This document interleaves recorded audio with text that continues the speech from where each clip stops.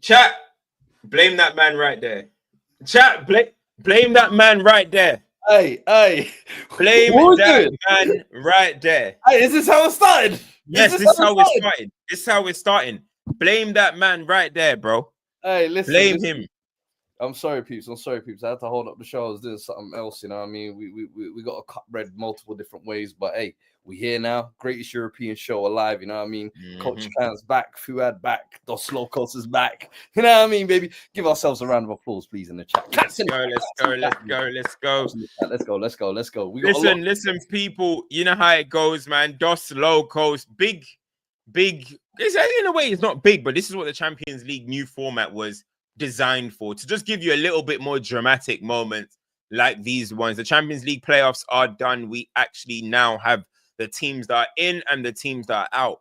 And there's some big teams that went out, man. Some big Italian teams.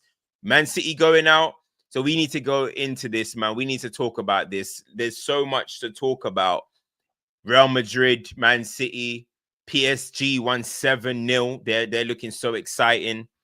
You've also got the Liverpool, Aston Villa. I think this might be the first time we speak about. This is one of the first times we speak about the Premier League properly on this show. Like, we don't really speak about the Premier League, but obviously there was a game that happened, you know, during the same time. So it was Aston Villa versus Liverpool. Liverpool have dropped points again. It's now, what is it?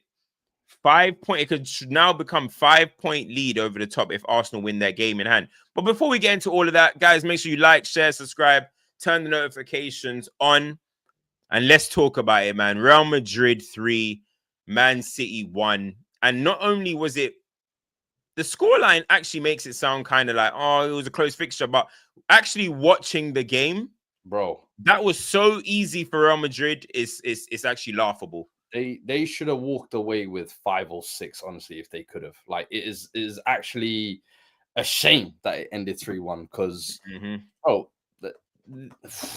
Madrid were quality, in my opinion. I thought Madrid were really good, really showed kind of what they are. Obviously, Mbappe hat-trick, we'll talk on him in a little bit, but this was City just being the City that they've been this season, I guess. And I feel like maybe last month they went through a run of results where you felt like maybe they turned a corner a little bit. But we always said as soon as this draw happened, this is going to be a real test of kind of what their levels are in terms of being back, if you like. And brother, today they got absolutely taken to the cleaners in every area of the pitch. Defense, midfield, attack. I mean, no Haaland. Why Pep decided to go with that? Was Haaland injured? Apparently, he must have. Apparently, he had a knock or something like that. So that's why he didn't play. Apparently, anyway. These are the types of games for me. I don't know. You load a man up with injections and you say, "Brother, I just need 60 minutes. I just need a presence. I need something because otherwise we're getting eliminated." And unfortunately, that's what you got. City basically had zero presence up front today. I felt sorry for Marmoush because he looked like a lost boy up there. Yeah. We'll talk about him as well, but it was just bad all around. John Stones went off injured. Defense already in tatters as it is anyway. Husinov, unfortunately, it's been a baptism of fire for that kid so far coming in. I feel like every game he's played has been pretty much thrown into the deep end. And I know you're going to come with send him to Dagestan for 2-3 months and see how he copes. And brother, listen, I felt bad for him, but either way, I thought, Madrid at the end of the day showed their quality, showed why they, got that Madrid kind of heritage in the Champions League. They didn't even really need to get out of third gear today, in my opinion, to really take the game to them. But ho, now they're through to the next round. And this is the problem with Madrid. They creep through each round. And it's hard to bet against them, bro.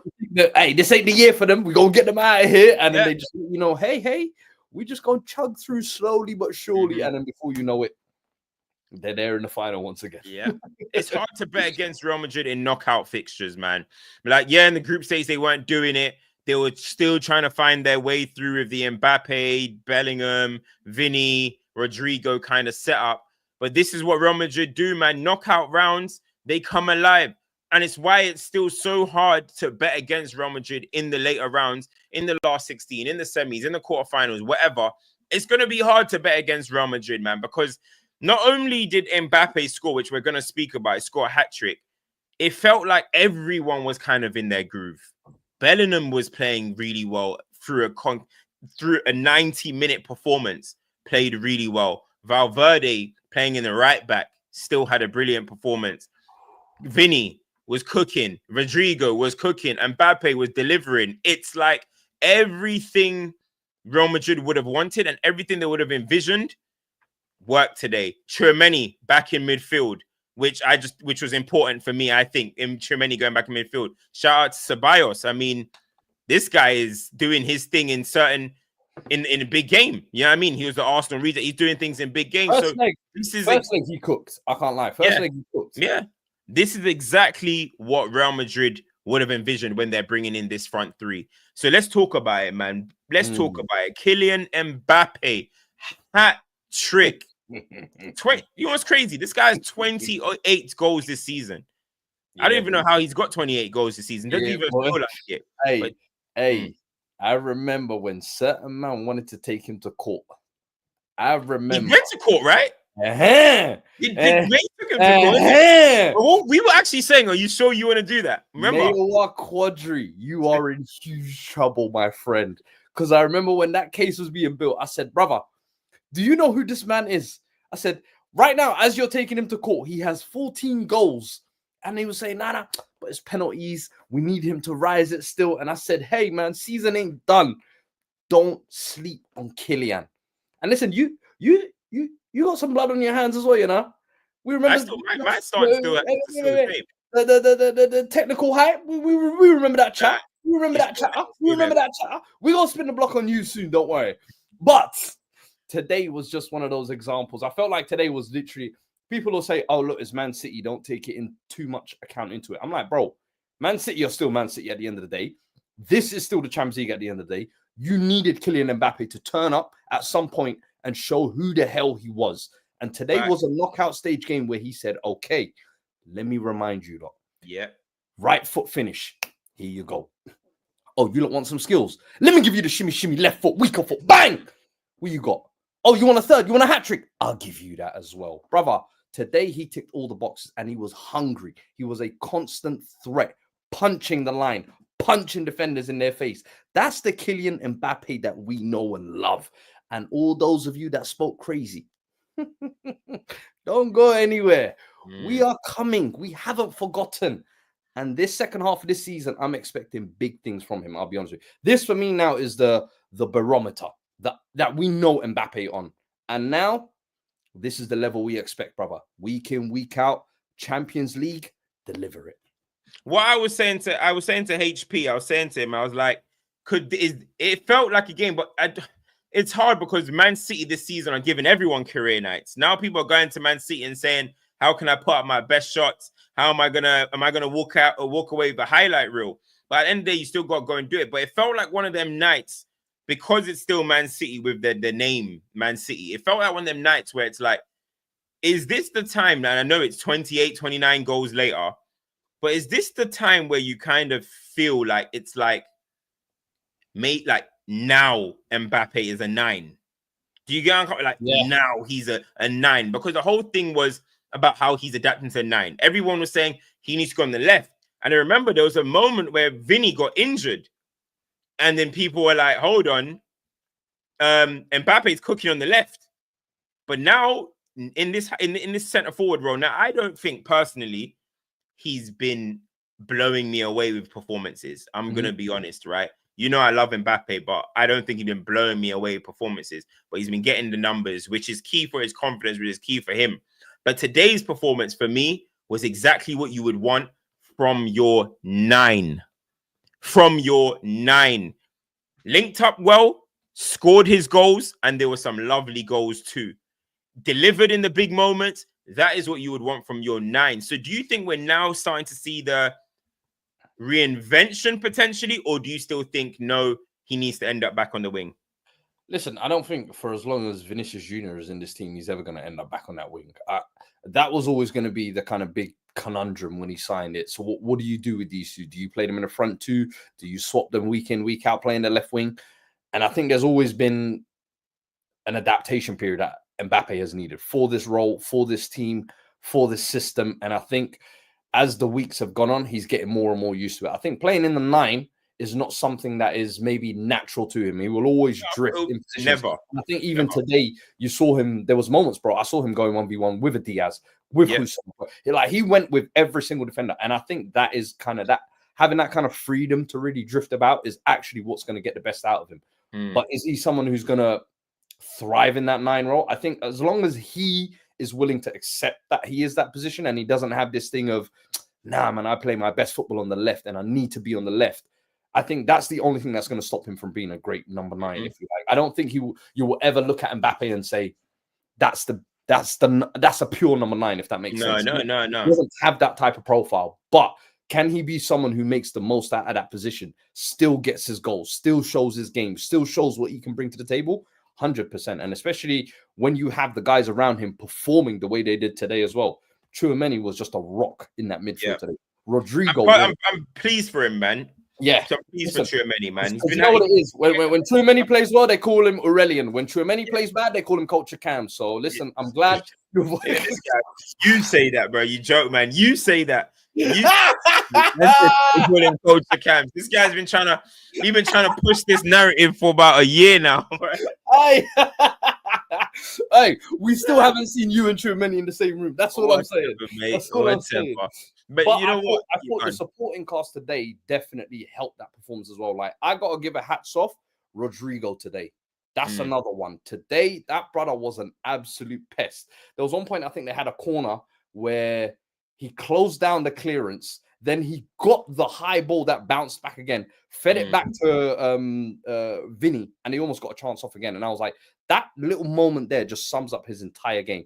Technically brilliant, but also doing the defensive work that's needed as well.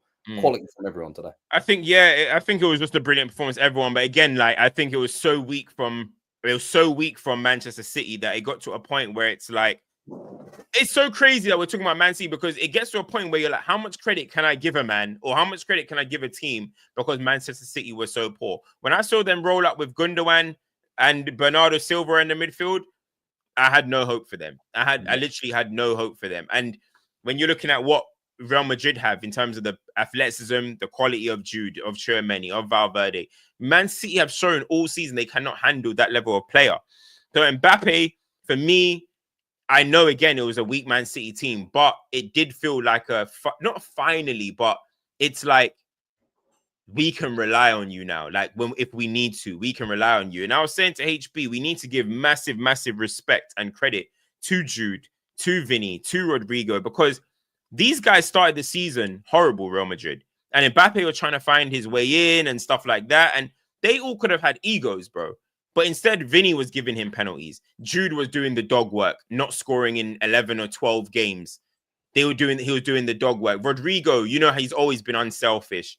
These guys could have come in, had a little bit of ego, like, why are we having to? And it could have all broke down. But they stuck to it. And I know their form is indifferent at the moment, Real Madrid. It's up and down in La Liga, and it's a little bit of a mess.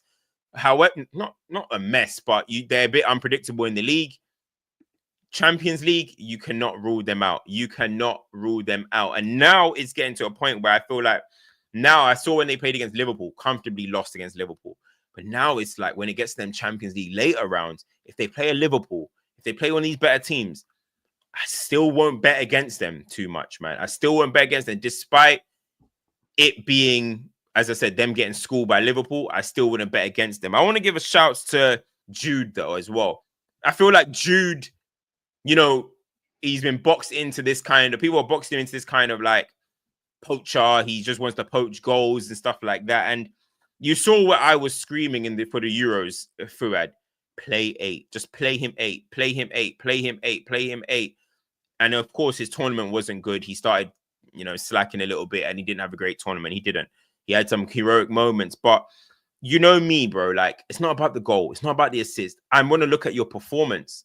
And I'm liking that how Jude is starting to kind of more adapt to this kind of 8. And he's not just hanging around in the box and trying to wait for a goal. He's getting involved in play more. He's knocking the ball about, and he was actually dominating the game. And that's what I want to see from a Jude Bellingham, because a guy built as big as him, as strong, as fast, and with his technical ability, it shouldn't be just, yo, let me just sniff some chances and score it. Nah, I want to see you getting involved in all all aspects of play. And I think that's what he's starting to develop to do. And people seem to forget Jude Bellingham 21. I feel like of every young player in world football, Jude is the one that's treated like he's 27, you know. Bro, He's 100%. 21. Because he's been 21. Bro. Jude is younger than Bukayo Saka. Jude is younger than bro, it's mad, isn't it? Like, bro, do you know why? This man has been playing grown man football for 5 years. And every year he has been playing above the level he's playing at. When he was at Birmingham, he looked like he was above that. When he was at Dortmund, he looked like he was above that. When he first came to Madrid last year, people were like, what is this freak of nature that we've never seen? And he looks like he's been at Madrid for 10 years. He always plays above that level. England, you could maybe say, is the one time where people thought, oh, we finally got him. Oh, he's not. And this is my issue with Jude Bellingham and how, personally, I'll be real with you, bro. He is my favorite player in the world right now. There is no player I enjoy more than Jude Bellingham. All facets. Above Gravenberch. Ahead of Gravenberch. Without question, bro. I swear to you, when I watch Jude, I'm content, bro. For me, he does everything in a football game. The defensive work. People always talk about his physical traits, but I'm like, yo, are you not blind to what he does technically? The turns, the touches, the first touch, even for when he passed it to the left side, was it for Vinny Jr.? And I was just like, I guarantee you, no one will clip this up or talk about it. But in the minute he doesn't score in a game or he doesn't assist in the game, oh, Jude is doing nothing. Or when he does pop up with that final goal in the last minute, oh, but what did he do for 90 minutes? Are you not actually watching games? Because I feel like Jude is involved in every facet when Madrid play, bro. Whether it's tracking back, whether it's going forward, whether it's linking midfield, whether it's sometimes just popping the ball and driving and making a false run. Like, the guy is a leader mentally, how strong he is. Like, there's no area in the game where I look at and I think he has a weakness. I think, of course, there's going to be small issues as you develop as a player. But as you said, bro, he's 21. Since when do you look at a 21-year-old and think, oh, there's no holes in their game? But I look at him and I'm like, it's hard to find holes. And if there are, thankfully, he has some. Because he still has to grow. He still has to develop some things. But I just feel like, for me, when I watch him, I'm like, bro, I don't understand the hate this guy gets. I don't understand the criticism this guy gets. I just feel like it's people who almost want to be haters, if that makes sense. Want to be ahead of the curve and saying, you know, I knew this guy wasn't that good. And I'm like, I'm sorry, man. This guy, for me, today, it's not like he put in a man-of-the-match performance and was the best player in the park. But for me, it was just perfect. Be present the whole 90 minutes. Today is one of those days I need you to score, Jude. But just let motherfuckers know you can really kick ball out here. Let niggas know that you can link up play. Let man know you can drive with the ball. And now, if you're watching Jude and you're still nitpicking at his game, brother, stay off the drugs. Talk to Frank. Seek some help, please. Do you think he's the best? Is he you said he's your favorite midfielder? Do you think he's the best midfielder in the world for you in that position? I mean, for me, I of course, there's a couple of names you always will put up there. I think Pedri's for sure, definitely in that conversation as well. I like Pedri. I think Pedri will be my one. I think. Yeah. Listen, I can hear as well. Those two are almost like if people want to say the yin and the yang, if you like.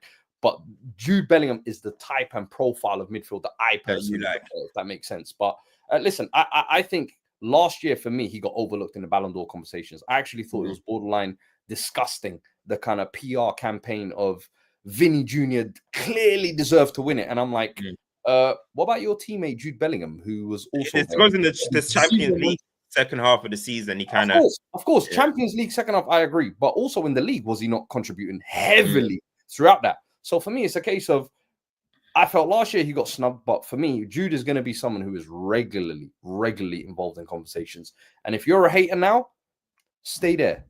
Because trust me, there's going to come a time when you try and jump on the bandwagon and we're going to kick you so hard in your face, your mom won't recognize you. This guy, bro. Yeah, this guy's tapped. See, I don't know who this guy is, man. I don't know who this guy is. This guy's out here threatening people, bro. Before over Jude Bellingham, bro. I don't know what got into his head. We'll kill for Jude, you know. All right, bro. What was I going to say? We got to give a shout to Raul Asensio as well. Because you know what, right? You look at Pau Kubasi at Barcelona, and he's been brilliant. And obviously, he broke through La Masia, and he's getting a lot of hype, deservedly so, for his performances.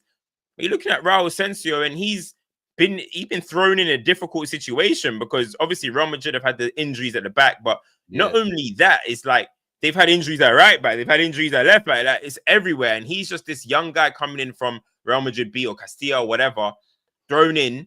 And I think he's doing a good job at the moment. I think today he was brilliant. And yes, it's not the most amazing Real Madrid and Man City team, but I can see people talking about his personal life, bro. Like, bro, what these are, bro, come on. Hey, man. Like, hey, I don't know what happened in his personal life, bro. Hey, yo. I wanted to cut you off there for a second. But what? So what? Nobody's going to speak about Asensio. Chill, man. Chill.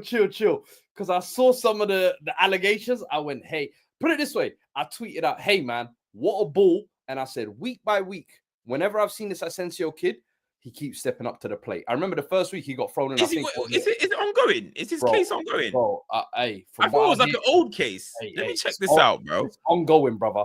For me, it's ongoing. Put it this way. Let's park the Asensio praise till that shit clears up, because I ain't trying to be affiliated with nobody messing with minors, bro. Please. Oh, shame. You know who I do want to pivot to, though, in that defensive part? I want to speak about Fede Valverde. Fede Valverde at right back, yeah. Let me tell you something. If that guy wants to be the best fullback in the world, he can be if he wants to be. If he wants to be. Fede Valverde, what a performance today. Jack of all trades. I saw Rio Ferdinand trying to compare him to Stevie G. I was like, oh, go on then. I like the sound of that, you know. Sounds kind of sexy. Keep talking, Rio. Keep talking. We got the long ranges. We can play right back when needed as well. We can play Put the gun down, man. Dogs, you know what I mean? Hey, I like that comparison. I can't lie. Put the gun down, man. I was feeling it. I can't lie. Hey, I've seen. For me, I thought today, brilliant performance at right back from Fede Valverde today. I feel like he's been someone who, like you're saying, has been asked to play on multiple of positions, bro. And every single time, I feel like he drops a minimum 8 out of 10. Start of the season, he was dropping a classic in midfield, honestly, going on the radar as arguably Madrid's best player. And now he shifted to right back, taking over the armband from Carvajal. Bro, he does not look like he's missed a step. He looks like a natural right back in that position. So, nah. Full credit to Valverde, man. Another one of my favorite players there, man. Proper. Flipping out, you might as well support Real Madrid at this rate, mate. Man wants to kill for Jude. Man wants to do get backs for flipping Mbappe. Now Fede is one of your best. Hey, listen. Madrid fans now rock with them heavy, man. Is it? Listen, they've had me from the Ramos days, man. You know what I mean? They can't blame me, bruh. Let me see. 1 second. Let's check out these super chats. Eli says, if you let go of your Mbappe stock, I hope the consequences involves eviction and bankruptcy. I agree. Big up Eli as well, man. Final prediction: Club Brugge and Celtic would slap United. I'm just leaving that there. Hey, that's not our competition. We're in the Europa League for a reason, bruh. Leave us alone, bruh. Leave us alone. He's he's scoring from center, left, and right. I'm guessing he's talking about Mbappe. Shout out Dwayne. You got Dwayne again. It'll be hard to find a replacement for Carlo. Only manager that brings calmness and leadership in that dressing room. It will be tough. And I personally think it's going to be Xabi Alonso. I think they're going to wait until Xabi Alonso is available, and they're going to try and replace him with Xabi Alonso. I think that's their aim. That's their succession plan. But I actually think they're going to ride the Carlo wheel. I think they're going to ride it until the wheels fall off. I think Carlo Ancelotti is going to keep staying on and staying on and staying on and staying on until it's just time to finally end it. Like all this talk about, he might get sacked. The way we started the season, let's end this kind of Carlo Ancelotti era. I know Faisal, good friend of ours, it says, hey, get him out. Every time there's a bad patch for Real Madrid, get out Ancelotti. But man, he's here to stay, man. He's here to stay, and I think they need him, bro. I personally think they need him. People are talking about he's outdated. I'm telling you guys now, these modern managers are overrated. They are overrated, bro. Keep your old head manager who knows and prioritizes winning. Not system, not structure. He prioritizes winning. You saying, bro, these modern day coaches, they're stubborn. It's a fake there's a fake image that modern day coaches are innovative. No, they're not. They're stubborn. They only like their way. They only have their vision of the game, and that's it. Everyone has to fall into that piece. Carlo Ancelotti looks at his players, looks at his qualities, and finds solutions within how good they are as players. I would rather that manager all day, every day, bro. I would rather Carlo Ancelotti. Keep that guy, because these modern day coaches, mate, I'm good, mate. I'm good. Honestly, I'm good. Is that an Amarim sub I smell? Oh, yo, if the shoe fits, everyone can. Yo, there's bare managers. If the shoe fits, if the shoe fits, Shit, yo. Hey, yo. bro, Hey, yo. if the shoe fits, Amarim. I'm just saying. It's not even just him though. There's bare modern coaches that are like that, bro. Modern coaches that are like that. So, for me, keep Ancelotti, bro. Keep Ancelotti. They shouldn't want him out, bro. If this guy, what's the old saying? If it ain't broken, don't fix it. Do you know what I mean? And at the moment, what is he joint in the table with Barcelona? And everybody's been talking about Hansi Flick and how he's revolutionized that Barca side with the attacking football they're playing. But he's right there neck and neck with them. And Champions League, once again, he's turned up in the knockout stage. You know what I mean? So I think he's one of those managers. You know exactly what you're getting when you have Ancelotti, which is why they've, you know what I mean, rehired him in the first place anyway. But, I mean, there has to come a point, though, when Madrid do evolve and move away from this. And I think that's where it's going to get interesting, who comes in after that. Because if you're saying, you know, all these new young hipster managers might not be it, bro, that Xabi Alonso that you're talking about, what do you think he comes with? What type of system do you think he comes with?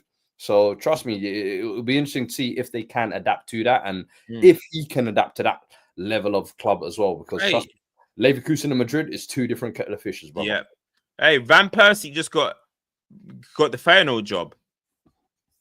No way. Got the Feyenoord job. Yeah. David Ornstein just put Feyenoord on the verge of appointing Robin Van Persie as head coach. Yo, I love to see it, mate. A couple of my Dutch strikers are managers of just take over Herenveen. Yeah, he was at Herenveen. Yeah, I don't know how he's been doing though, but maybe he's been doing well. If Feyenoord, one of the best teams in the league, are interested in him. You know what I mean? Let me have let's see how Herenveen. Let's see how they're doing in the league. I'm seeing that they're currently 9th in the table. Is that 9th in the table? But they're a meaty team though. 9th in the table and haven't won in their last 5.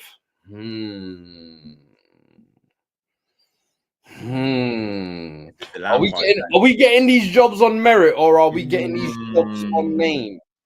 Is this a Lampard type situation? Robin Van Persie, you already know I don't like you, brother. Well, you're a hater, bro. I may have the biggest final agenda coming up this season now for no reason. Van Persie, you're a hater. I'm gonna be watching you very close. Hey, listen, my beef with Van Persie ain't nothing to do with his club career. I know it's his international career. And I'm sorry, that shit is etched in stone. One little diving header versus Spain, you ain't convincing me, brother. I still remember that 2010 World Cup. I still remember that Euro 2008. I still remember that. Yo, let me leave him. Final, enjoy.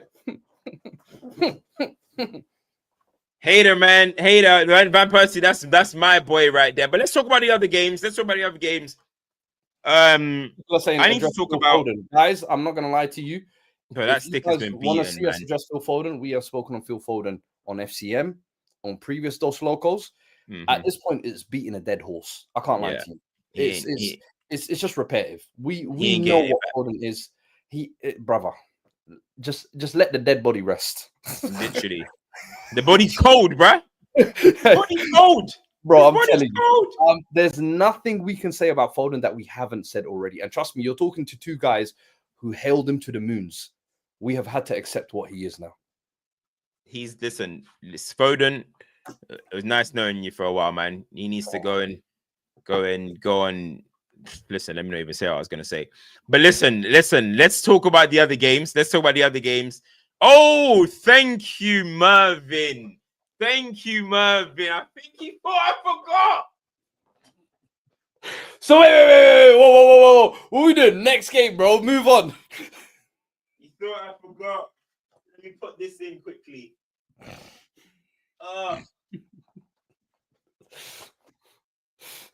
Forgot my lights.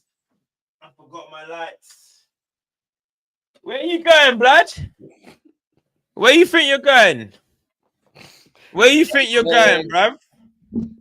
Let me adjust my mic. My mic, bruh. What do you don't want to do, bro? Hold on. I almost forgot about this. Bro, Hey. You saw him for the first goal, yeah?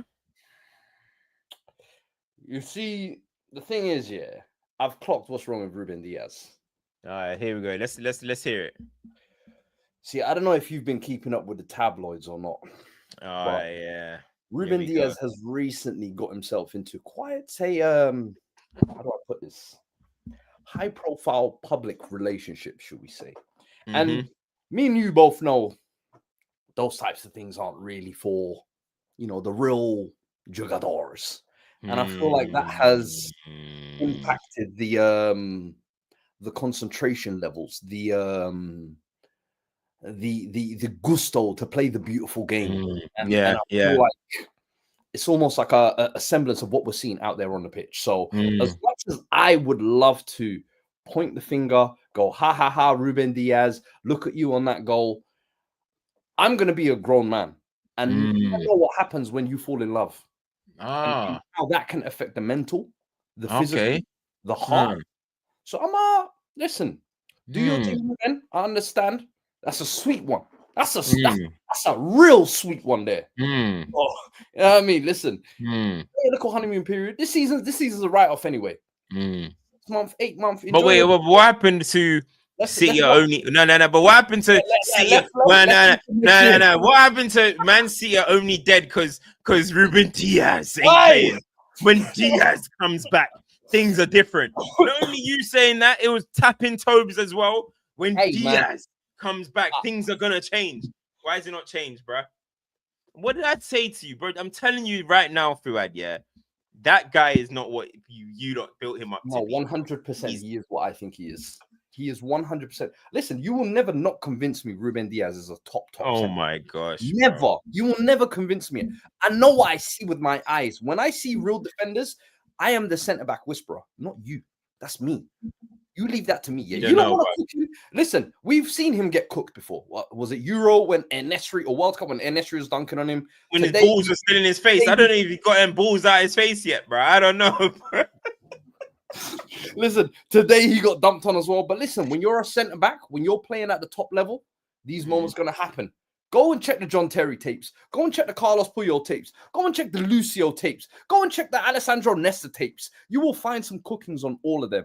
You will dare put Ruben Diaz in the name of these goats of the game, bro. Man said Nesta, bro. Don't ever, people are going to like their favorite centre backs ain't been cooked. Brother, here we go. Mate. All your goats have been put on a not as regularly as Ruben Diaz. Not as regularly as Ruben Diaz. He's not. Ruben Diaz is like, it's crazy, man. You see our football perception is crazy. People look at De Ligt, like De Ligt is the biggest bum of all time, and then people look at Ruben Diaz like they're the same type of defender. They're literally the same, but last ditch, throw my life in front of the ball, meaty on the ball. They're the same type of defender, mate. De Ligt and Ruben Diaz. That's all it is. One plays for Pep's Man City. One plays for the Ruben Amorim's Manchester United. That's just they're the same type of player, bro. You are despicable. You are disgusting. And you're a pig. Oh my god! What kind of comparison is that? De Ligt, bro. No, nah. Ruben Diaz did not win 4 Premier League titles to be compared to De Ligt. A toothpick changes everything, bro. That's all it is. Diaz is De Ligt with a toothpick, bro. That's really what. What you say? Flirting versus harassment. Big time, bro. Big time. Flipping. Nah. When De Ligt says somebody looks nice in that dress, HR. Ruben Diaz, you look nice in that dress, he gets Maya Jama. You see the difference? That's what real centre backs do. Hey, I can't believe this, man. I'm all for it if you don't rate Ruben Diaz, but to compare him to De Ligt, no way, man. I will not have that. De Ligt is a bum. He is a bum. And I know you're trying to, uplift him because your fan base hates him so much and you wanted to be the one to coddle him in. No, he's a bum. And you will find out soon how much of a bum he is. Don't ever compare bums to trophy winners and collectors. Please. This is crazy, man. Wait, De Ligt wins trophies, bro. What are you talking about? Them benchwarming trophies, please, De man. Ligt wins trophies. You weren't playing a part of them Bundesliga titles and that, man. Sit back, man. Serie A's, Bundesliga, Eredivisie. When old dog Bonucci and Chiellini were still doing the work. I don't even know if Diaz's cabinet chats to De Ligt. That's debatable. Hey, don't make me get that up right now. Let's check. Let's check. You get De Ligt's one. I'll get Ruben Diaz. I will. Yeah. Let's see. Might be debatable here, you know. Man said this might be debatable comparing that little Dutch bum, little cheesehead you, bruv. That's a cheesehead you. He said, unos, dos, tres, cuatro Premier League. And a title with Benfica as well. The Lit ain't won as much as I thought. Nations League in Portugal as well. Champions League in there. What? Hey, listen. Eredivisie, KNVB Cup, Serie A, Coppa Italia, Bundesliga, Super Cup. Hey, every title past Ajax, he was on the bench. Don't talk to me. Golden Boy, 2018. Where? You want Golden Boy? Oh my days. European Golden Boy. Them years when Martial was still popping. Come on, man. Why didn't Diaz win it? What do you mean? Why didn't Diaz win Golden Boy? When do centre backs win those types of awards? De Ligt did. I mean, come on. He had that one year where he had the Dutch favoritism with You're the Dutch guy here, bro. Yeah, Dutch favoritism. here. That tells you a lot. Listen, you know me. It takes me a lot to not rate a Dutchman. If I don't rate De Ligt, what does that say about you? Nothing, bruv. Champions League squad of the season, 2018-19. Wow. You know what I mean? Pre-COVID. Bundesliga team of the season.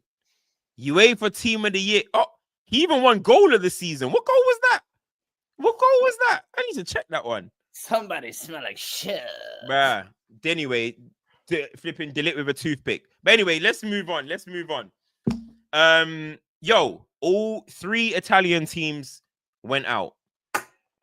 Atalanta, which can I speak about Atalanta quickly? Gasperini, I used to root for you, bro. I was rooting for you, bro. I used to root for you. Like, you were one of them, like, Maurizio Sarri kind of situations where you don't really win much trophies. I was rooting for you when you finally won it. I was buzzing. And guess who delivered your only trophy or your crowning moment? Ademola Lukman. And you go and say a comment like that. No, honestly, like, Sol Campbell is going in the Hall of Fame because I'm being honest, bruh. Is it a color thing? Fuad, is it a color thing? Because, hold on, I've never seen why he came out and said something like the worst penalty take I've ever seen. And I think he even said that he sees him miss them in training too. Like, that is a crazy, crazy thing to say about arguably your best player, the guy that delivered you the Europa League last season. I don't rate that, bro. I don't rate that tournament. A lot of people are talking about Lukman's putting out a statement, the game's gone soft. Bro, if a manager was to dig you out like that after losing, put you on the scapegoating you as if that penalty is the reason why you guys didn't go through, and not even know the situation, because Lukman is saying they gave me the penalty. He didn't demand the penalty. So you don't even know the situation properly. That's disgraceful for me, for Gasperini, bro. That's disgraceful. I'm seeing his joke, man, of a captain lose his head in the middle at the end of the game, throwing the ball on the floor while dropping, then barging. Why are you not speaking about him? Go and speak about him. He draws out Lukman. And I just think that's disgraceful from him, man. And I hope Lukman leaves that football club anyway, bro. I hope he does. I was rooting for you, Atalanta. I was rooting for you, Gasperini. I promise you now, I am the biggest Atalanta hater in the world, bro. I am going to monitor every single Atalanta result. When's the next game? I will watch it. I might even stream it. Man said, I will watch it. I will watch it, bro. I will watch it, bro. I am going to pray on their downfall, bro. They're playing Empoli on Sunday, I think. Wow, lucky fixture. I'm telling you, Atalanta, I am onto them, bro. I'm hating. Hey, no. Do you know what the funny thing with Gasperini is? I think because obviously he has built Atalanta to this point to what it is, Europa League winners, regular Champions League qualifiers. Bro, he actually has a history of falling out with his players. Do you remember Papu Gomez, who was almost like their talisman a couple of years back? Fell out with him. Was it Ilicic, if I'm not mistaken? Fell out with him. Like, I think a lot of the times when he has those kind of big players, he's capable of having these types of moments. And I think it's the thing of, I've built this place, nobody's bigger than me. So the board will always take his side as well. But I think, listen, you said a lot of things right there. I think, well, obviously, Lukman's been arguably one of their most important players in their history, I would even say, with what he's delivered there. Is that the kind of moment to dig him out? I feel like that could have been something that is just kind of left unsaid. Do you know what I mean? Not everything needs to be said out in the media. And I'm not sure what type of reaction he thought he was going to get, whether that was, this is going to fire Lukman up for the next game. I don't think that's the reaction. Oh, my squad are going to, back me because I've gone against the guy who's gone for an ego moment. No, I don't think the media are going to think I look good. In no aspect am I looking at this and thinking you came out looking good. So it's a real baffling one for me, especially I think it's just the fact that you got battered at home 3-1 as well. And I think, as you said there as well, how are you not speaking on your captain as well? Who completely... The clown, bro. That captain's the clown. He's the biggest dud of the season. People were at me afterwards talking about real men. You lot do not know what real men is if that's what you lot are classing as real men. That ain't real men, bro. A bozo and a bitch right there. Bro couldn't even throw the ball at a man's head properly, slipping over. I'm sorry, you're down 1,000 aura points, brother. Go get your bitch back. He lost, bro. I hope his girl weren't watching that, because if she was watching that, she would. I know she got the ick. You know them ones. Imagine she was watching it with her girls. They'll just be looking at her like, "This your man's? That your man, bro? That's your dude. That's who you listen to in the home. That's who. Come on. That's the head of the household." Let me ask you this though: if Lukman was to leave, because I was surprised that no club kind of went for him in the summer, and I know summer would have probably been a peak time because you would have had to pay over the nose off the back of the Europa League heroics. But if he was to leave Atalanta, for example, in the summer, who should be in for a player like that, bro? You know what? I think he's one of them players that could be useful for majority of football clubs. Like, now, does that mean start to every club? I'm not saying that. But what Lukman possesses, he's got the skill, he's got the quality, and he's got an eye for goal. I think every team could use a player like that. You know what I mean? Like, you look at, like, there's chances potentially that they're saying that, like, Nunes and Diaz might leave, and even potentially Jota's linked to leaving because he can't stay fit. Yeah. Maybe a Liverpool, maybe an Arsenal, maybe Man United, bro. Like, really and truly, a lot of teams should be looking at him. Spurs? Put the gun down. Bro. What? If he's looking at Spurs for his next move, I'd be concerned about his mental warfare. Oh, fair enough. You deserve better than that, please. If I was him, I'd be looking at Arsenal. I'll be real with you. Arsenal. He's showed that he doesn't need to come to the Premier League anyway. I mean, I still feel go like somewhere else. I don't know. He ain't really proven that point in the Premier League, has he? Was it Fulham? The last thing he was remembered for was missing that crazy penalty. Fucking Leicester, he got relegated with them. So I don't think his Premier League record is a bit. Come back with a point to prove. I think someone like a Liverpool, someone like a Arsenal, I think those are two clubs, if I was him, I'd be looking at and thinking, I can give Diaz a run for his money. Gakpo, maybe they're obviously still there. But I look at the Arsenal one and I'm like, mate, they are crying for someone. Don't he just scream? Don't he just feel like such a Nottingham Forest player at the moment? He feels like such a Forest player, but they got Cho in it. But he just feels like he would suit that club right now. Maybe through the middle, though. Him, Cho, Elanga. Bro, they got the greatest striker of all time at the moment, Chris Wood. The purple. Nah, it ain't no put the gun. Not with Chris Wood. Not with what Wood is doing right now, bro. After this season, brother. Nah, bro. Remember Barnes and Woods days when I used to talk about Barnes. Hey, you know the worst part is a lot of people won't remember this, but you was on the Ashley Barnes and Woods hype, like 2020, I think it was. I remember thinking, why does this brother randomly rate these Burnley strikers, bro? It used to baffle me, bro. But she's like, real men. It's like, nah, bro. These dudes. I used to call them the best of British, and neither of them are British, bro. Hey, that was too funny. Fucking Barnes was Austrian, for fuck's sake. Hey. Flipping funny fun too, man. But the bigger point is the other Italian team we need to speak on as well. That's what I was about to say. The bigger point is now, bro, Fuad, ain't it crazy? Let me take you back to 2003. 2003 Champions League final. The worst one I've ever seen, by the way. Agreed. But Champions League final, AC Milan versus Juventus. Powerhouses Serie A was on top of the world. Serie A was the league where it was better than La Liga, it was better than the Premier League at this stage. Yep. Now we're in 2025. Both teams are out of the Champions League playoffs, and you're just like, oh, okay, they're out. Ain't it crazy how such iconic football clubs can just die like this, bro? And it's the only ones that are in there, and Inter are holding it down at the moment, and they're probably the best ones. But it's actually, for me, such a shame to see such legendary clubs like Juventus, like Milan, just go out, bro. And no one even like cares, bruv, man. Serie A is such an exciting league in terms of their title races. Yeah, I mean, it's always interesting and stuff. But if we're being honest, if it's from a quality standpoint, we're just like, meh. It's exciting because of how competitive it gets. But to see these type of clubs like this, man, for me, I just don't enjoy it, bro. But this is what happens when you mismanage an entire league for a number of decades, bro. Like in the 90s, the Serie A was the absolute creme de la creme. It was the best league in the world. It was what the Premier League aspired to be. In the thousands, you kind of started to see a decline with how these clubs kind of manage their money. Obviously, AC Milan, Juve, all getting points deduction with that scandal or whatever. And then kind of the reputation was tarnished. And then in the tens, I just feel like Inter Milan, basically, after that Champions League win, decided to become the most disgraceful club ever. AC Milan, after that title win with, was it the Ronaldinho, Zlatan, Thiago Silva team, decided to go on to become the most disgraceful team in the decade. Once the 2020s came round, it was like they smartened up a little bit. They started to get smart with their recruitment. They started to manage their finances a little bit better. They learned how to sell better. And you thought, you know what? 4 years into the 20s, you saw AC win the title. You saw Inter win the title. You saw Napoli win the title.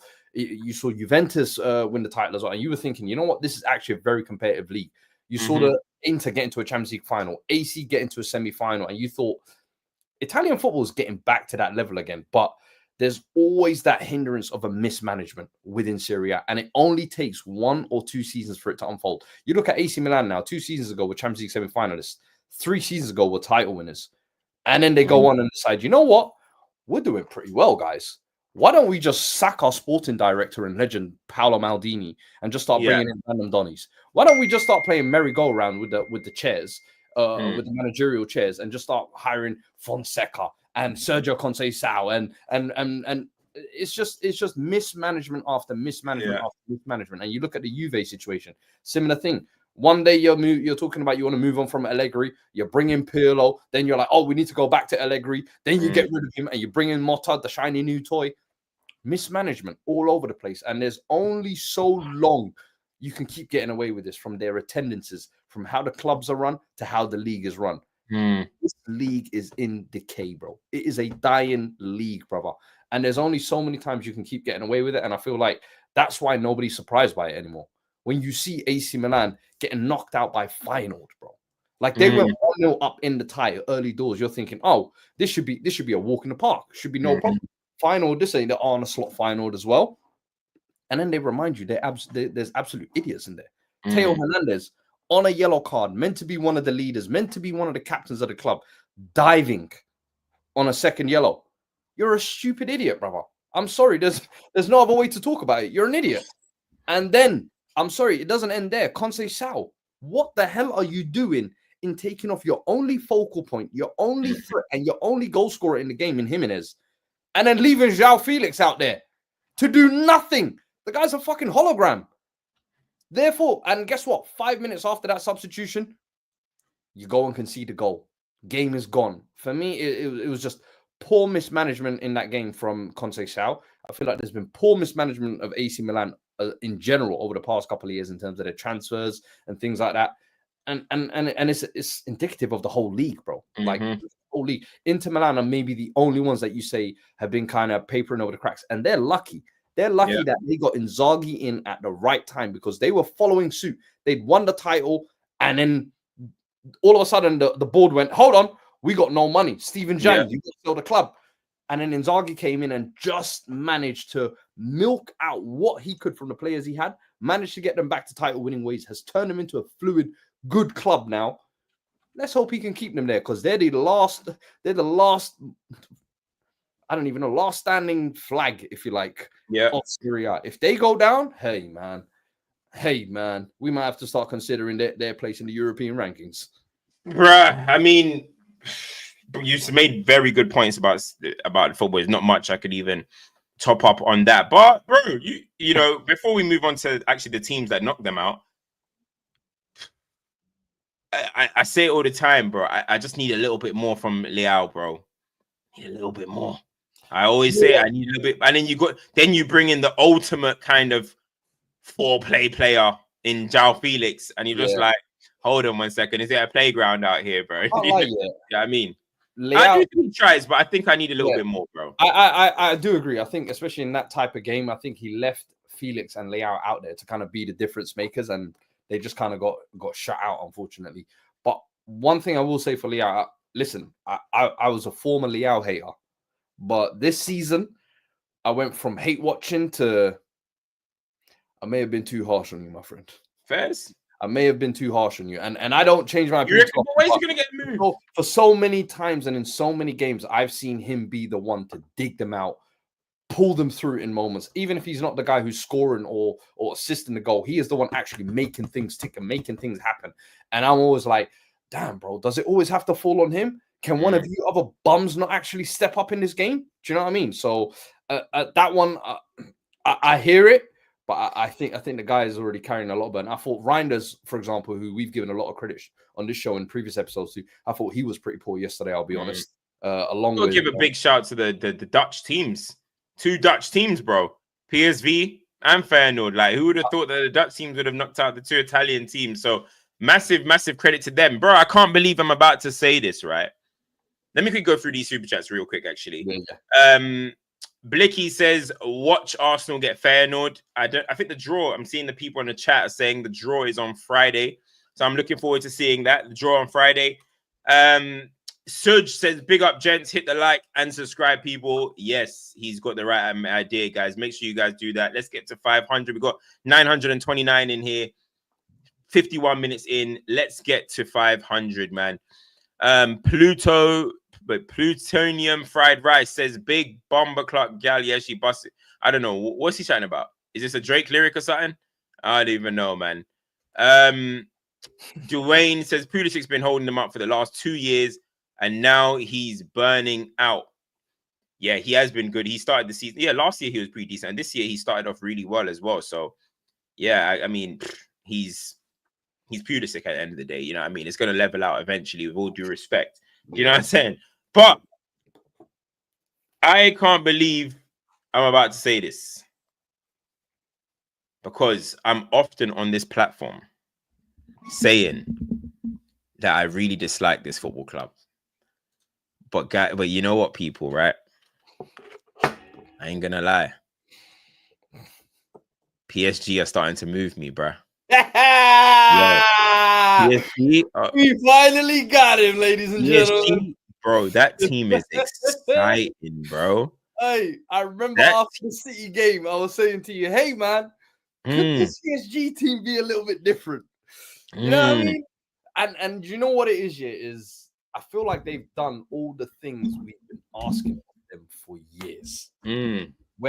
Whether that's take the Bayern Munich route, build young talents up, and raid your league for all the best talents. Guys like Desiree Doué.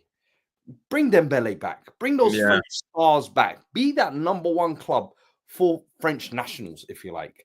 And I feel like you look at their squad now, I think you could pick 7 or 8 players that you will probably fall in love with. Bro, this is what I'm saying. Like, I'm looking at their team. I'm like, it's not even...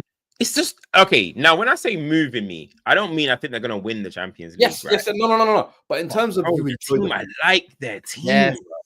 Barcola, Doué, Kvaratskhelia, Zaire Emery, Vitinha, João Neves, bro. Like, yo, it's a nice team. It's a team that you want to see do well. Yeah, you know what I mean, them type of play, you want to see them do well. I actually like their team. Hakimi's still there and stuff. I like the PSG team. I've just got to say, I got to admit, I like the team, and I've for a while been a hater because I've been seeing them. Like Mbappe wasting his career over there. Neymar wasting his career over there. Like Zlatan going there when, bro, I've always just not really vibed with them. I thought it was very artificial. You know, they started doing the Jordan stuff. I'm like, oh, you're trying to be lit. You know what I mean? Let it come naturally. But I can't lie, man. I'm enjoying this new look PSG, man. Very much so. The football they play, obviously, it's just Brest. They destroy them 7-0. But, I mean, it's just the players on the show, man. I'm liking it. And I think the next round they might play Liverpool or something like that. There's a potential chance they get Liverpool. Hey, they get Liverpool. I'll be supporting them to the high heavens, mate. That'll be a great time to, I will support them to high heavens. I'm telling you this now. Let me show you something, actually. Let me show you something. Bro's going to bring it back out his PSG top that he's been hiding all this time, innit? Watch this guy. He's going to come out with like a signed Zaire Emery shirt or something and say, I've always been here. Cams might be the most shameless brother I know, I swear. Hey, you lot. Have you lot noticed, yeah? Since Van Nistelrooy aired him that time, you don't be seeing Van Nistelrooy in the background no more. Let's go, PSG! Ah, you see what I tell you? Let's go, PSG! I'm running like a book! Like a book! PSG! Let's go! You are actually so shameless, bro. You are actually so shameless.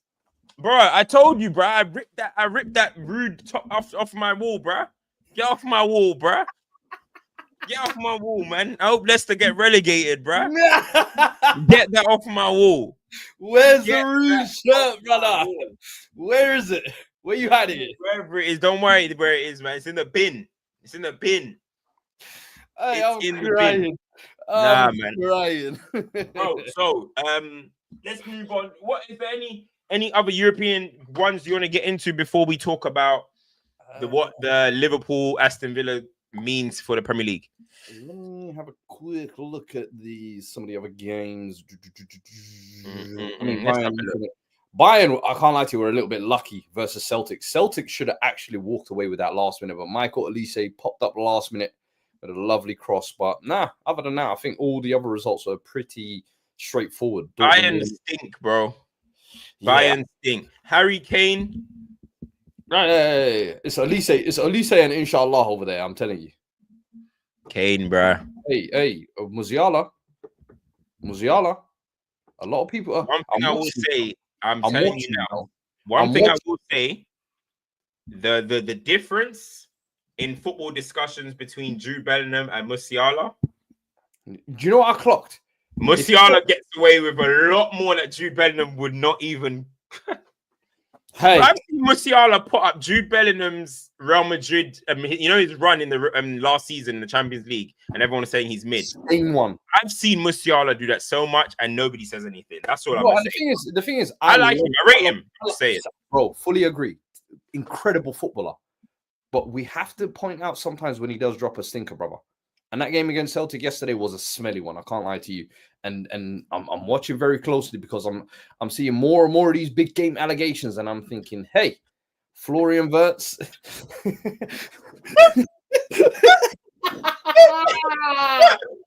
Now, real talk though, like Bellingham does not get away with those types of performances. It will get highlighted and narrated, and you'll see compilations about it, and people doing boing boing boing touches and all this.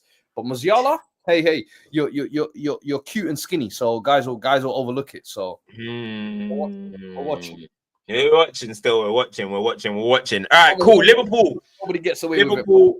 Liverpool drop points in the Premier League again. Yo, Fuad. I think Arsenal are coming. I think Arsenal might be. Let's not joke with that one. Let's not joke with that one now. Yeah. If Arsenal win their game in hand against West Ham? Is it West Ham? Let me check. Yeah. They play West Ham next still. That sounded like 5-point gap. It was 9. It was 9. It was 7. It was 9, 8. I think there was always going to be a game this week that they did drop points on playing Villa and City back to back, but I'm not overlooking. I think Liverpool for me will be the winners come the end of the season. But I think How this is confident are you? this is the position Arsenal wanted to be in. This is the position of being the team that's chasing, not be too far behind, just be in it around game week 32, 33, enough points where if there is any slip-ups, they can capitalize. Now, of course, Marino, fair play to him. He came up clutch on the weekend against Leicester when they looked like they was getting nothing through. Mulaney, you know. I think this game we have to look at two brothers, in my opinion, and with Liverpool not walking away with the 3 points, and that is Diego Jota and that Uruguayan alpaca llama. I don't even know what that means, so I don't want to co-sign that word. A llama. Do you know what a llama is? The animal? Yeah, the animal. Llama. Yeah. So the Uruguayan llama is what I'll refer to him as now, because this I can't refer to him by his name. I'm sorry. If we're talking Darwin, we're talking about the Neanderthals that Darwin, the researcher, was looking for back in them days in the Galapagos Islands. Because this is not a footballer. This is not a striker you can bet your hats on to win you the title. Brother, open goal, 5 yards out. What the hell are you doing? I don't know what he's doing, man. I'm sorry. At this point, you have to be blind, stupid, deaf to still be supporting Darwin Núñez. There can be no excuse for this. I'm sorry. Like, Arne Slot cannot give him any more starting minutes, let alone barely any minutes. I think you can only put him on when the game is out of sight. That is not a centre forward. That might be one of the biggest wastes Liverpool have ever done. I'm not even joking. That might be the worst signing in their history. And they've had some howlers with the Andy Carrolls, the Ben Tekes. I just got what you said. That didn't even register with me. Worst signing in history. Worst signing. In Liverpool history. Who's worse? Who's worse? I don't want to say because he's my boy. What? I know him personally. Can't say. You know what I mean? We say we're protecting relationships now, yeah? Is this what Dos Locos has become, yeah? I thought this was where the realness happened. I thought this was the after hours. He follows me on Instagram, man. We cool, we good dudes, man. All right, listen. All I'm gonna say is I think pound for pound, he is 100% the worst signing for me. 100%. I don't care about no Balotelli, no Andy Carroll, no Ricky Lambert, nobody. This is the worst. Why? Because this guy sells you the dream. This guy sells you the dream of maybe he can be good. Maybe he can offer you something. He gives you the cute little quotes.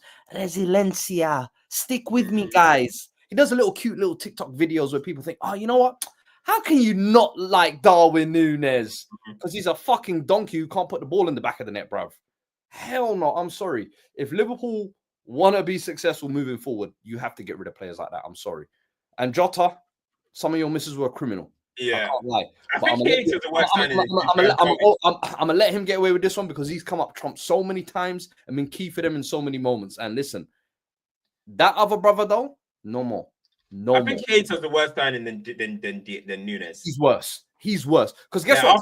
After that Champions League shot, they should have packed him up. He shouldn't have been able to get on that flight. Do you know shouldn't have been able to get on the flight home. Do you know the problem with Keita was the fact that Gerrard co-signed him and gave him the number 8. If Gerrard didn't do those two things, I feel like we would have judged Keita accordingly and said, look, he's a crock. The guy's never available. He is what he is. He's one of those sickness bed brothers. But Darwin Núñez, Gerrard must have had. I'm telling you now, there is a Liverpool fan who had hair when Darwin Núñez started and is bald today. Wallahi. Right. Gerrard must have had racism allegations coming for him because that's the only reason why I think you'd want to give Keita number 8, bruh. Because that shit crazy, bruh. He probably had an embargo on some racism allegations because that decision's crazy, bruh. He's not even similar to him, bruh. You know what I mean? He's not even similar. I don't like calling footballers shit very often, bro. And you know what I mean? They're professionals. They've made it to the top. They're one of the best at some point. But Darwin Núñez, we need to investigate how that brother made it to the top. We need to find that pathway. Once again, the Benfica fraudulent sales exchange system has shown itself again. How much did they sell him for? 8. Was it 7? Was 8? They got Enzo Fernandez on there. They got João Felix on there. They got Otamendi on there. Bro, Benfica as a club. Hey, yo, hold on. Go easy on Otamendi. We need to shut Otamendi. him down. We need to Oh, shut come him on. down. Hey, That was hard. That was a hard selection. Come on, Otamendi. That was a hard selection. Otamendi, listen, he got some redemption back later in his career. I will give him that. But when he first signed for City, Yeah, when he first signed, it was Pete still. Yeah, it was Pete. It yeah, was Pete. yeah. Bro, watch the Atalanta scheme too, bro. They're trying a little thing too. They shot us Rasmus Højlund for. Now, you know what Atalanta do? Atalanta have a striker scheme. There's specifically strikers. Nobody better fall for this Rettigi guy, bro. Don't cop that youth, bro. Don't cop him, bro. I'm telling you, I see my club go for this guy, bro. Nah. I'm watching these schemes, man. There's certain clubs you gotta watch them properly, man. Honestly, I'm not falling for that one. But I think that is a massive implication on the title race, though. I'm not even gonna lie. I think Arsenal are gonna be feeling themselves now, serious. Even with the injuries, bro, they've got a man called Ethan Wyneri that's giving them hope. Academy players come from nowhere and start shocking people and start giving guys hope. So we're talking about one of the most talented players. Listen, I'm not even gonna go into that discussion again, but what a player that he is, and if he continues performing, and then eventually, hopefully, but they can get to a certain. I don't think they should bring Saka back this season, but if they get to a certain point where it's like, let's press the red button and unleash Saka, who knows where they can go. But I do think the injuries might just be too much for them, you know, with the striker situation and stuff. So that's what that might be a little bit. I mean, because I saw Raheem Sterling playing the other day, and I was like, is that Sterling or Nathan Dyer? I had no idea. Do you know what I mean? So that was Mayor Quadri. Let's be real. that was not even Nathan Dyer, bro. That was Mayor Quadri running out there. Bro. Yeah. But so realistically, I don't know. But let's get into, before we end, let's get a Q&A, people. You know, let us know. Throw us some questions. That's what we wanted to do after every episode. Throw us some questions, and we'll try and answer them. But let's try and keep it around European football. Don't make it too Prem-based. You know what I mean? Aye. Good word just in. Obviously, I put a tweet out earlier in it saying, yo, all of you that have criticized Mbappe, you will pay for your words. Someone said, Mayowa, could you please rise to the stand? He's in the bottom saying, it worked. I knew this is how he was going to spin it. I knew it. Yo. I fueled the fire. I brought it back. The fire rises. This is why CultureCams took you to court at the end. Exactly. They expect one of us in the rubble, brother. Okay, let's see. What did my man say? He said, what did he say? I can't even remember what the guy said. Expect one of us in the rubble. One of us in the wreckage, brother. In the wreckage, brother. And then what did the guy say again? We started the fire. And he's like, yes, and the fire rises.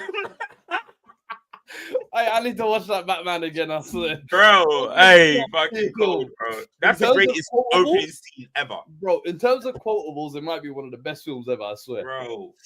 What a scene. All right, cool. Respect my, it's true, you know, I'll give respect. But I respect Sterling, man. Sterling's career is amazing. People need to give him respect. I saw that this discussion as well that you lot had on STS.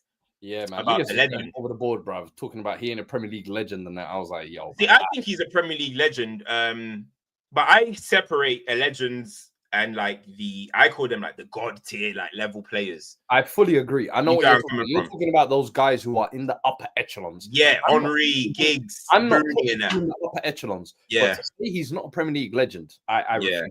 I'd say he's a legend. Smashing up work, man. Someone tell Fuad Isak is Eritrean and not Mali. Stop claiming as you little crody. Bye. Abel, I'm sorry, brother. This is one we're gonna have to share, yeah. And I don't know. Go check Isak's story right now, for me, if you can. Yeah. You'll see him alongside my Somalian brother Chunks right there. You know what I mean? We already got the countryman co-side. Don't worry. Let me see this. This is a co-ownership thing. You know what I mean? I said to Chunks, yo, go put some little negotiations, get him over to our side. Today we signed the deal. He's officially half Somaliland. Let me see this. Go check the IG stories yourself, bro. Handshake at Chunks. The deal's been signed. Best striker in the league, man. My G. Hey, East that hype, man. You're doing work behind the scenes, brother. East that hype. Icons and heroes, yeah, I get it. It's all definitions, man. It's all definitions.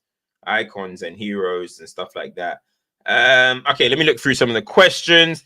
Do you think Newcastle and Villa will finish above Chelsea and City this year? I think Newcastle and Villa, I don't really know. Newcastle will finish above Chelsea, I think. Yes. Yeah, I think the City one's tough. I think City, now that they're at the Champions League, they're actually set to focus on the league, and I think they should secure top 4. I think Chelsea are the ones who are kind of slipping away, and I'm thinking Newcastle could finish ahead of them.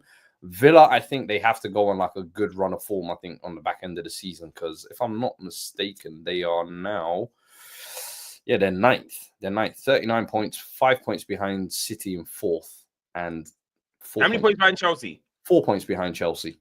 But to be fair, I understand Chelsea are in a tough spell at the moment, but I don't think they should be free falling any further, if that makes sense. Yeah. Somebody says, where is it? There was something about power rankings, but I can't even find them anymore. Let's see. That's a nice one. Who's your favorite under the radar players from the UEFA Champions League so far? Ooh. This year? Yeah. Oh. Good question. Let me think on that one, actually. Oh. We can come back to that. I like that question, though. That's a good one. That's a good question. I gotta think about that. That was too much. I think one that's maybe not being spoken about a lot is was it Guirassy, who has 10 goals in the Champions League. And missed the penalty today, though. But missed the penalty today. But I mean, they were already 3-0 up in the tie. But he is one that I'm like, I feel like his exploits aren't being spoken about enough, because when he was at Stuttgart, he was cooking. Then he made the jump to Dortmund, and he hasn't missed the beat at all. And I'm like, should that have been one maybe Chelsea went for in the summer, bruv? But what's the Benfica striker? There's one, I think. Is it Pavlidis? That brother. Pavlidis. Yeah. That guy's prior to this season, I'd never heard of him in my life. That's a good shout. And then all of a sudden, now every game week I turn on, he's scoring 2-3 goals at a time. All good goals as well. So he is one I'm like, if you're talking under the radar, he is one for me. Definitely, I would put there. Who finishes lower? Arsenal, United. No, I think he's a Spurs fan. Yeah, he's a Spurs fan. Yeah.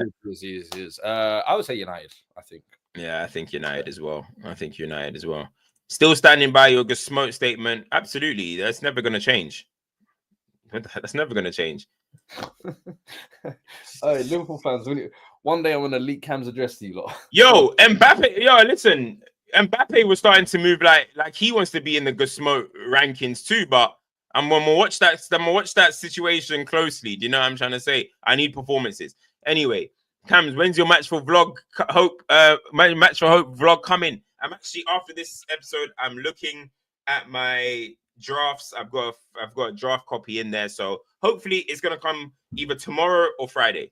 Yeah, so look out for that, man. How was that, by the way? We didn't even touch on that, bro. How was that for you, man? You know what I mean? Real, man. But you're gonna see in the vlog.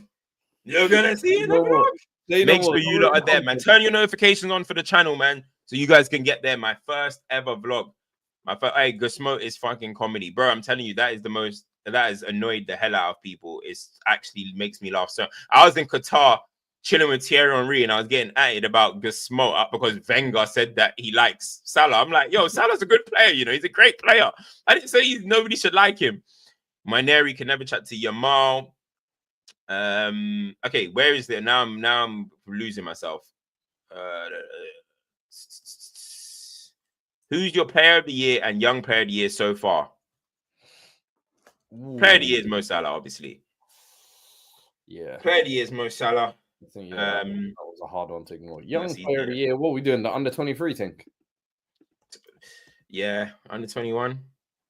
22 is it? What is it? I don't know what it is. How do they do it these days? I think it's under 23 still. I mean, if we're going young player of the year, I'll go Gravenberch. Fuck that. We going Winieri over here, bro. Yo! Excuse me, what? Based off what? We going Winieri over here, bro. Nah, you make me sick. We going Winieri over here. Sick. Based off what? 2 months? Based off really being a young player. a real young player affecting the league, bro. Oh, Yeah. All right, what, Jed Spence. But you gassed him up and called him the best fullback in the world or something. I was like, flipping, put the fries in the bag. Hey, you know I always gotta go overboard, baby. Guys, I just watched him put in a classic, and I'll tell you off camera. I'll tell you off camera. Oh yeah, I know, mate. I know.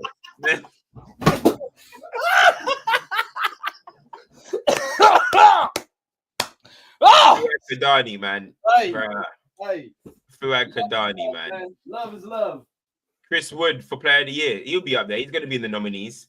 Somebody said, what do you think about the Prem level, the games of the Prem, thoughts on the level of the Premier League games now? You know what? Hold this. Not moving. Because I actually saw a perfect article for this recently, and I saved it particularly for a day on the podcast when we're going to talk about a time when football is dead and how modern football is washed. You hate that topic, innit? I fucking have an article here from 1974, complaints about modern football. 1974, we're going back 50 years. The 70s was a dead time for football, though. Look at this. People are using new terminology they're complaining about. I don't know if the focus is working there. It says the game isn't fun like it used to be. Look at this one. Does this one look familiar, Cams? I can't see the word. It says players are overcoached and lack individualism. That's unreal. 1974. Look at this. All the clubs are using the same tactics and there's no variety. Yeah, are you sure there wasn't just some youth that just wrote that now? Are you sure there wasn't some youth that just wrote that now and then put some fancy little writing on it? Put it in black and white. It's from the book Soccer in the 50s by Jeffrey Green. So if you want to go and grab that from Amazon. Jeffrey Green, man. Ain't no guy called Jeffrey Green, bro. They're just making up names, bro. Listen, the 70s was a dead time for football anyway. For 50 years, y'all motherfuckers have been complaining about the game is dead. How about you just shut the fuck up and enjoy the game? Nah, keep going. You fuckers are still going to be here on the weekend to watch. Good fight. You're still going to be here next week to watch the Champions League. So shut up, enjoy it, and eat it. Good fight. Keep fighting it, people. Keep fighting it. Everybody knows the 70s was, for NBA and football, was a bit, Cruyff and Zico, you man do your thing. But, we needed Maradona and that to bring the game back. We needed Magic Johnson to bring the game back. You know what I mean? The 70s, yeah, we done with the 70s. 80s, 90s, 2000s, 2010s and that, cool. 2020s, that's y'all era, man. Don't shout me, bro. Don't shout me. Big man thing. That's y'all era. No, you know. All right, cool. Anyway, guys, make sure you like, make sure you share, make sure you subscribe. Look, 363 likes on your way out, people. Please hit the likes, drop a comment, do whatever you can to support the channel. Make sure you subscribe to Fuad as well, to his channel, all his socials as well. We will be back for the next Champions League round, whenever that is. We'll be back for that. The Champions League draw is on. I don't know what this guy's doing, people. He's lost his whole mind. But again, turn the notifications on because you need to look out for my first ever vlog. And also, I want you guys to know, should I continue vlogging? You know what I'm trying to say? So, yeah, guys, it's been a great, tell him. Christina, tell him. Christina, tell him. Look at him. Yo. Hey, yo. Yo, that is kind of crazy still. Hey, yo. Yeah. All right, people. We out here, man. We out here. Peace, man.